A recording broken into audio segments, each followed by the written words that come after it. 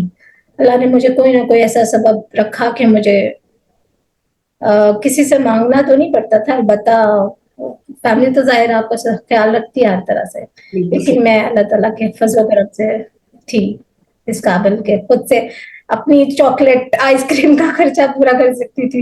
یہاں سے آپ نے انڈیپینڈنٹ ہونا سیکھا نا, اپنی چاکلیٹ کھا اپنی صحیح, بہت صحیح. اچھا یہ بتائیں ماریا, آپ بہت سارے اداروں سے منسلک رہیں جو معذوری کی بحالی کے لیے کام کرتے رہے ہیں, تو آپ نے ان تمام اداروں میں کون سی ایسی چیز کامن دیکھی, کون سے ایسا ایجنڈا تھا کہ جس کے اوپر کام کیا گیا تمام پی ڈبلیو ڈیز کے لیے, کوئی کامن چیز آپ کو جو ان تمام اداروں میں نظر آئی؟ اویئرنیس میں فیل کرتی ہوں کہ جب میں ڈسیبل ہوئی اتنا عرصہ پہلے, 2 صدیاں گزر گئی ہیں, تو صدی کہتے ہیں نا کہ ڈیکیڈ کیا ہوتا ہے, 10 سال کیا ہوتا ہے, ہاں 2 سے زیادہ ہو گئے. تب ہم نہیں نکل سکتے تھے, ہم باہر نکلتے تو جیسے ہجوم ساتھ ہوتا تھا, آپ کو کیا ہوا, بیمار ہیں آپ, بیٹھ کے سوتی ہیں, ویل چیئر پہ سوتی ہیں, آپ کو کیا, تو یہ ہوتا تھا. تو میں اوائڈ کرتی تھی, باہر نہیں جاتی تھی. لیکن اب میں فیل کرتی ہوں کہ اویئرنیس آئی ہے, اور جو ہم کہتے ہیں نا کہ ہم یہ سیمینارز کرنا ہے فضول ہے, ٹریننگ کا کوئی فائدہ نہیں ہے, تو ان کا فائدہ ہوتا ہے کیونکہ وقت کے ساتھ ساتھ آپ اس سے لرن کرتے ہیں, چیزیں بہتر ہوتی ہیں. اور جہاں پہ فائدے ہیں وہاں نقصانات بھی ہیں کہ جو آرگنائزیشنز ہوتے ہیں وہ پھر ایک سٹیج پر آ کر وہ تھوڑا سا ان کا جو ایجنڈا ہے, جو ان کی جو چیزیں ہیں وہ ڈفرینٹ ہو جاتی ہیں. وہ مطلب اپنا فائدہ اگر کچھ لوگ دیکھنا شروع کر دیں تو پھر وہ اور طرف بات چلی جاتی ہیں. لیکن الحمدللہ اچھے لوگوں کے ساتھ واسطہ رہا اور ہر طرح کا ایکسپیرئنس ہے.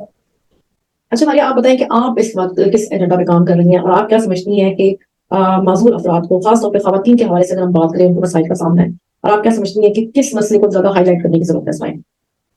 جی, یہ آپ نے بڑا اچھا سوال کیا ہے کہ آج کل میں کس ایجنڈا پہ کام کر رہی ہوں. سب سے پہلے تو یہ تھا کہ ہم over all person with disabilities کے جو کنسرنز ہیں, ایشوز ہیں, ان پہ کام کر رہے تھے.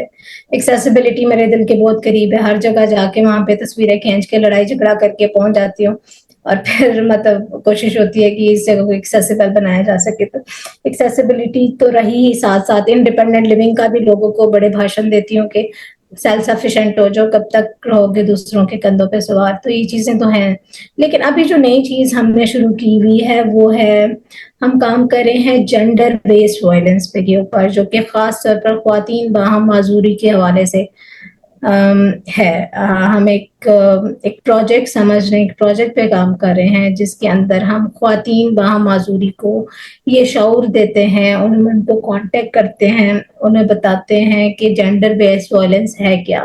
اور میں آپ کو ایک بڑی حیرت انگیز اور تکلیف سے بات بتاؤں کہ جب ہم لوگوں سے کانٹیکٹ کرتے ہیں, خواتین سے فون پہ بتاتے ہیں کہ جینڈر بیسڈ وائلنس کیا ہے, جب اس کو دیکھنے میں بہت بھاری بھرکم نام ہے اور اس کو ایک ٹیبو ایشو کے طور پر لیا جاتا ہے, اس پہ بات ڈسکس نہیں کرتے لوگ, اس کو تنقید کرتے ہیں کہ جی یہ جو 8 مارچ کا ایجنڈا ہے. تو یہ نہیں, وہ ان کی الگ کہانی ہے. لیکن جب ڈسیبل لڑکیوں کی بات کرتے ہیں تو میری جو پرسنل آبزرویشن ہے, تو میں نے جب لوگوں سے کانٹیکٹ کیا تو مجھے پتا چلا کہ خواتین گھروں کے اندر رہتے ہوئے وہ اتنے تعصب کا شکار ہیں, وہ اتنے وائلنس کا شکار ہیں, وہ فزیکل, وہ مینٹل, وہ سیکشل, اکنامکلی, وہ نہ صرف اپنے گھروں میں, اپنے اداروں میں, اپنے اسکولوں میں, معاشرے میں, ہر جگہ انہیں جینڈر بیسڈ وائلنس کا سامنا کرنا پڑتا ہے. ابھی یہ ہے کہ تھوڑا سا میں بتا دوں کہ جینڈر بیسڈ وائلنس ہے کیا. جی بالکل. صرف یہ نہیں کہ چونکہ ہم عموماً بات کرتے ہیں تو ہمارے ذہن میں آتا ہے کہ کسی کا ریپ ہو گیا تو وہ جینڈر بیسڈ وائلنس ہے. ایسا بالکل بھی نہیں ہے. جینڈر بیسڈ وائلنس ہے کہ صنف کی بنیاد پر تشدد. صنف آپ لڑکا بھی ہو سکتے ہیں, آپ لڑکی بھی ہو سکتے ہیں, آپ ٹرانسجینڈر بھی ہو سکتے ہیں. تو آپ جس بھی حالت میں ہیں, اگر آپ کے ساتھ کوئی زیادتی ہو رہی ہے, آپ کے حقوق سلب ہو رہے ہیں, آپ کے ساتھ آپ کو حقوق نہیں مل پا رہے, تو وہ آپ کے ساتھ وائلنس ہے. اور جب خواتین باہم معذوری ہیں, مجھے ان سے جب میں نے بات کی تو بہت سی ایسی میری سے فرینڈس تھیں, بہنیں تھیں, جنہوں نے اپنی کہانیاں شیئر کی, اور وہ اتنی وہ مطلب اس قابل نہیں ہے کہ اس کو بیان کیا جائے. تو ہم نے پھر یہ ایک نمبر ہم نے ایک ہے ہمارے پاس ایک رابطے کا نمبر ہے جہاں پر ہم یہ میسج دیتے ہیں کہ آپ اس نمبر پر 925 کالز کریں, جہاں پر ہماری 3 سائیکو سوشل سپورٹ ورکرز ہیں جو کہ بیٹھ کے جو ٹرینڈ ہے, انہوں نے ٹریننگز لی ہوئی ہیں مختلف اداروں سے, اور ان کے پاس ایک ریفرل میکنزم ہے کہ اگر آپ کسی بھی طرح کے وائلنس کا شکار ہیں, حتیٰ کہ اگر آپ ذہنی طور پر دباؤ کا شکار ہیں اور کہ اپنے مسئلے ڈسکس کرنا چاہتی ہیں, تو آپ کے مسائل کو پوری کانفیڈینشیلٹی کے ساتھ سنا جاتا ہے. ہمیں اس چیز سے کوئی پرواہ نہیں آپ کون بات کر رہی ہیں, کہاں سے بات کرتی ہیں, آپ کہاں سے تعلق رکھتی ہیں, آپ کا سوشل بیک گراؤنڈ کیا ہے, آپ کا فیملی بیک گراؤنڈ کیا ہے. ہمیں جسٹ آپ اپنا مسئلہ بیان کریں, اور جس حد تک ہم آپ کی ہیلپ کر سکتے ہیں ہم کریں گے, آپ کو گائیڈ کریں گے. ایک ریفرل میکنزم یہ ہوتا ہے کہ اگر خدا نخواستہ اگر آپ کو کسی لائر کی ہیلپ کی ضرورت ہے, ہم آپ کو بتائیں گے کس جگہ پر آپ کو فری لائر مل سکتا ہے. اگر آپ کو میڈیکل ہیلپ کی ضرورت ہے, اگر آپ کو شیلٹر کی ضرورت ہے, اگر آپ کو صرف سائیکو سوشل سپورٹ اور کاؤنسلنگ کی ضرورت ہے, تو ہم آپ کو ایسے اداروں میں ریفر کریں گے جہاں پر آپ کو یہ سہولتیں ملیں گی. اور اس کے علاوہ جو آج کل سائبر کرائم آئے دن جو آپ کو ہراساں کیا جاتا ہے فیس بک کے اوپر, سوشل میڈیا کے پلیٹ فارمز کے اوپر, ایون اگر آپ کو صبح شام گڈ نائٹ گڈ مارننگ کے میسیجز بھی آتے ہیں تو یہ بھی ہراسمنٹ ہے. آپ اس کے خلاف بھی آپ کر سکتے ہیں, شکایت کر سکتے ہیں, اور اس کا آپ کو کرنے والے کو فائن بھی ہے. ہمارے قوانین موجود ہیں, بس یہ ہے کہ اس کی ہمیں بتانے کی ضرورت ہے کہ ان کو قوانین پر کیسے عمل درآمد کروایا جا سکتا ہے. تو یہ ہمارا مقصد ہے بیسیکلی. ماریہ, آپ نے ابھی جنڈر بیس وائلنس کو بہت اچھی طریقے سے ڈسکرائب کیا. ابھی آپ نے بتایا کہ آپ خواتین کو ایک نمبر جاری کیا ہوا آپ نے کہ اس نمبر پہ میسج کریں, کال کریں, یا آپ نے کوئی اس کے لیے ایپ بھی بنائی ہے ابھی تک؟ یہ ابھی تک چونکہ انیشل ہے, اسٹیجز میں ہے, تو یہ ایک فون نمبر ہے جس کو 3 لوگ اٹینڈ کر سکتے ہیں, 3 سائیکو سوشل سپورٹ ورکر جو کہ خواتین ہیں وہ. اور اگر آپ سن بول نہیں سکتی ہیں, ہمارے ہیئرنگ امپیئرڈ لوگ ہیں, میوٹ دوست ہیں, تو ہمیں میسج کے تھرو بھی وہ اپنا مسئلہ بیان کر سکتے ہیں. تو یہ چیز ہے. وہ نمبر اگر آپ کہیں گی تو آپ کی جو میں ابھی بھی بول دیتی ہوں 0311112380. آپ اپنے نیچے ڈسکرپشن میں بھی اس کو ایڈ کر سکتی ہیں تاکہ جو بھی ہم سے رابطہ کرنا چاہے. 9 to 5 منڈے ٹو فرائیڈے تک کی یہ ٹائمنگس ہیں, تو اس دوران میں رابطہ کیا جا سکتا ہے. تو ہاں, ہم کوئی مالی مدد نہیں کر سکیں گے, لیکن جب آپ کا مائنڈ ساؤنڈ ہوگا, ڈپریشن اور اس پریشانی سے خالی ہوگا, تو آپ بہت بہتر طور پر اپنی زندگی گزار سکیں گے. کاؤنسلنگ کے لیے آپ جو ہیں وہ سپورٹ کریں گے خواتین کو, کرتے ہیں؟ کاؤنسلنگ انیشلی ہم کاؤنسلنگ کر سکتے ہیں, ہمیں ٹریننگ ہے, لیکن چونکہ ہم پروفیشنل سائیکولوجسٹ نہیں ہیں تو ہم ایسے اداروں میں ریفر کر دیتے ہیں کہ ہمیں ان نمبرز بتا دیتے ہیں انہیں کہ آپ ان اداروں میں ان نمبرز پر کال کریں, تو آپ کی کاؤنسلنگ ایک پروفیشنل سائیکولوجسٹ کر سکتا ہے. تو ہمارے چونکہ ریفرل میکنزم ہے ہمارے پاس ہے, تو ہم ان کو کر سکتے ہیں. لیکن انیشلی اگر کوئی صرف ہم سے بھی بات کرنا چاہتا ہے تو ہم ان کو پورا ٹائم دینے کی کوشش کرتے ہیں. صحیح. تو ماریہ, آپ کیا سمجھتی ہیں کہ اس طرح سے کیا خواتین کے اندر جو ایک لیک آف کانفیڈنس ہے ہمارے معاشرے میں, کیونکہ ہمارے یہاں اسٹگماٹائز کیا جاتا ہے, لیبل لگایا جاتا ہے, اور یہ کہا جاتا ہے کہ مطلب کسی خاتون کے ساتھ کچھ بھی برا ہو, ضروری نہیں ہے وہ جیسا آپ نے شروع میں کہا کہ وہ ایک خاص چیز ہی ہے. جینڈر بیس وائلنس میں بہت ساری چیزیں آ سکتی ہیں. آپ جسمانی تشدد بھی ہو سکتا ہے, اس میں ذہنی تشدد بھی ہو سکتا ہے, لیکن ہمارے ہاں چونکہ یہ چیزیں ہائی لائٹ نہیں کی جاتی کیونکہ ہمارے کچھ فیملی ویلیوز ہیں, اس کی وجہ سے ہمارا کچھ کلچرل بیریئرز بھی ہیں.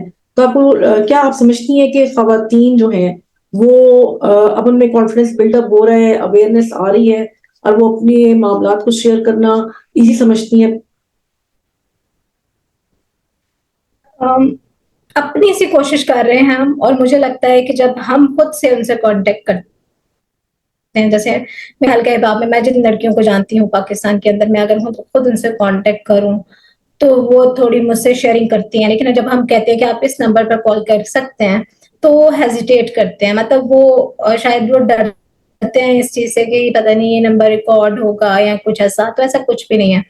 اگر ہم ہر وقت اپنا پرسنل نمبر نہیں یوز کر سکتے, لیکن ہم اس نمبر کے تھرو آپ کے ساتھ کانٹیکٹ میں رہ سکتے ہیں. تو یہ چیز ہے.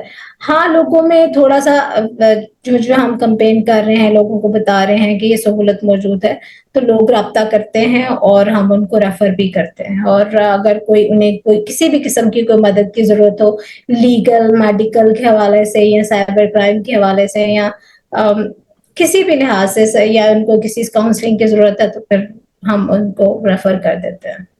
صحیح. تو ماریہ یہ بتائیے کہ خواتین ہی اس کا شکار ہیں یا مرد حضرات بھی اس کا شکار ہیں؟ کیا ان کی طرف سے بھی کوئی ایسا آتا ہے میسج کہ ہم بھی کسی وائلنس ہیں یا کچھ اس طرح؟ بالکل جی, مرد حضرات کے کال زیادہ آتی ہیں, لیکن وہ ان کا ایجنڈا کچھ اور ہوتا ہے. لیکن بہرحال ہم ان کو بھی ڈیل کرنے کی کوشش کرتے ہیں, اور انہیں بتاتے ہیں. شکار نہیں ہوئے ہوتے, تشدد کا شکار نہیں ہوئے ہوتے, بس ایسے ہی کال کرتے ہیں. وہ اپنی بہنوں کے لیے کال کر رہے ہوتے ہیں کہ ہماری جو جاننے والی جو خواتین وہاں معذوری ہیں ان کے لیے آپ کیا کر رہی ہیں. تو ہم ان کو بتاتے ہیں کہ آپ اس طرح سے ہمیں ان کو یہ نمبر شیئر کریں, اور ہمارے ساتھ اسپیسیفکلی جو بھی کیس شیئر ہوگا اس کے اکارڈنگ بھی ہم ان کو گائیڈ کر دیں گے تو یہ چیز تو ہے, ہر طرح کے لوگ ہیں ہمارے میں, تو ہم ان کو ڈیل کرتے ہیں پھر کسی نہ کسی طرح سے. اچھا ماریا, یہ بتائیے کہ اس کے علاوہ آپ کیا سمجھتی ہیں کہ اور ہم کس طریقے سے, یعنی آپ لوگ کس طریقے سے اس چیز کو سوسائٹی کے اندر پروموٹ کر سکتے ہیں؟ کیونکہ صرف وہ فرد جو وکٹمائزڈ ہے وہی اسی کے اندر کانفیڈنس بلڈ اپ کرنے کی ضرورت نہیں ہے, بلکہ ہمیں فیملیز کو بھی اویئر کرنے کی ضرورت ہے, لوگوں کو اویئر کرنے کی ضرورت ہے اس سلسلے میں, تاکہ یہ چیزیں تھوڑی اوور کم ہوں. تو اس کے لیے بالکل جی, جو آج ہم بات کر رہے ہیں سوشل میڈیا پہ اگر انٹرویو جاتا ہے, لوگ اس کو دیکھتے ہیں, تو میرا خیال ہے یہ جو media, social media, print media, electronic media, radio, یہ ہمارے جو مین سورسز ہیں, ان کو استعمال کر کے ہم یہ اپنا میسج جو زیادہ سے زیادہ لوگوں تک پہنچا سکتے ہیں. کیونکہ کتنے لوگ ہم تک ریچ آؤٹ کر سکتے ہیں, ہم سے مل سکتے ہیں, ہم سے بات کر سکتے ہیں, یا کسی بھی اور پروفیشنل کے پاس جا سکتے ہیں. لیکن سوشل میڈیا اور الیکٹرانک میڈیا ایسے میڈیمز ہیں جہاں پر ہم زیادہ سے زیادہ اس میسج کو جب اسپریڈ کریں گے, تو میرا خیال ہے کہ یہ میسج زیادہ لوگوں تک پہنچے گا انشاءاللہ. انشاءاللہ. جی ماریا, یہ تو ہم نے آپ سے بات کی آپ کے کام سے متعلق. اب کچھ آپ کی فارغ اوقات کے بارے میں جاننا چاہوں گی میں, کہ فارغ اوقات میں آپ کیا کرتی ہیں, کیا ہابیز ہیں آپ کی؟ فارغ وقت اس طرح ملتا نہیں ہے, لیکن میں کافی مطلب شاپہولک قسم کی بندی ہوں میں. مجھے کچھ بھی نہ کرنا ہو تو میں ونڈو شاپنگ کرتی ہوں. تو پورا میری فیملی جو ہے میرے سے مطلب میں ان کے لیے کر رہی ہوتی ہوں, شاپنگ کر رہی ہوتی ہوں. اس کے علاوہ میں نے ایک چھوٹا سا آن لائن بزنس اسٹارٹ کیا ہوا ہے, بزنس آن ویلز کے نام سے, جس کے اندر جو ہے کلودنگ کا میرا بزنس ہے کہ میں ان کو ہول سیل پہ میں چیزوں کو پرچیز کرتی ہوں, پھر اس کو تھوڑے سے مارجن کے بعد سیل آؤٹ کرتی ہوں. تو کچھ میرے کسٹمرز ہیں جو لے لیتے ہیں, زیادہ نہیں, ابھی بہت چھوٹے پیمانے پہ. دعا کریے گا کہ اللہ اس میں برکت ڈالے. آپ کو کامیابی عطا فرمائے, امین. اچھا, مستقبل میں مزید کیا کام کرنا چاہتی ہیں؟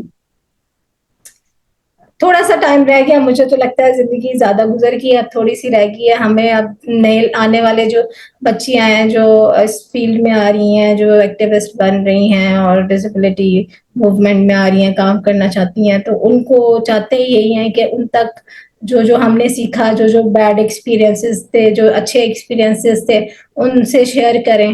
وہ ہم, لیکن بڈھے لوگوں سے وہ سنتا نہیں ہے نا بات, تو وہ ہم اوائڈ کرتے ہیں, لیکن ہم یہ چاہتے ہیں کہ ہم سے سیکھ لیں. اس سے بہتر یہ کوئی بیڈ ایکسپیرینس کرنے سے بہتر ہے کہ بڑوں کے تجربے سے سیکھنا چاہیے. تو ہماری تو کوشش ہوتی ہے کہ ہم لوگوں کو بتائیں کہ ان چیزوں سے بچ کر رہیں اور ان چیزوں کی طرف جائیں, تو آپ محفوظ بھی رہیں گے اور کامیاب بھی رہیں گے. اچھا ماریا, آخر میں آپ پی ڈبلیو ڈیز کو, یعنی پرسن ود ڈسیبلٹیز کو, کیا پیغام دینا چاہیں گی؟ اوور آل کیا پیغام دیں گی؟ خواتین کے حوالے سے تو آپ نے بات کر لی, لیکن اب اپنی جنرلی جو ہماری کمیونٹی ہے اس کے لیے کیا پیغام دیں گی؟ اچھا, یہ میں نے سوچا بھی نہیں تھا, اور مجھے زندگی کا سب سے مشکل سوال یہ ہوتا ہے آپ کیا پیغام دینا چاہیں گے. ابھی بھلا میں کیا پیغام دے سکتی ہوں؟ کچھ بھی پیغام دے دیں. یہ کہ پازیٹیو رہیں, پازیٹیو رہیں. زندگی میں اتنی نیگیٹیوٹی ہے, اتنی جو ہے لوگ آپ کو دبانے کی, آپ کو پیچھے رکھنے کی کوشش کرتے ہیں, آپ کو لک ڈاؤن کرتے ہیں, لیکن یہ ہے کہ اس کو بھی پازیٹیو لیں. تو وہ کہتے ہیں نا, یہ تو چلتی ہے تجھے اونچا اڑانے کے لیے. تو اگر آپ کے ساتھ کچھ برا ہو رہا ہے تو وہ اس لیے ہو رہا ہے کہ آپ نے بہت اونچا جانا ہے, کیونکہ جب چیزوں کو دبایا جاتا ہے تو وہ ریئیکشن کے طور پر زیادہ اوپر جاتے ہیں. بہت اچھا پیغام دیا ماریا. بالکل ہماری کمیونٹی میں انفارچونیٹلی یہ چیز ہے بھی کہ بس تو ہر جگہ ہے, انسانی فطرت ہے کہ بہت شکریہ ماریا, آپ ہمارے انٹرویو میں آئیں اور آپ نے ہمیں اپنا قیمتی وقت دیا. اسی کے ساتھ میں اب اجازت چاہوں گی, اور پھر دوبارہ کسی اسپیشل گیسٹ کے ساتھ دوبارہ حاضر ہوں گی. جب تک کے لیے اجازت دیجیے.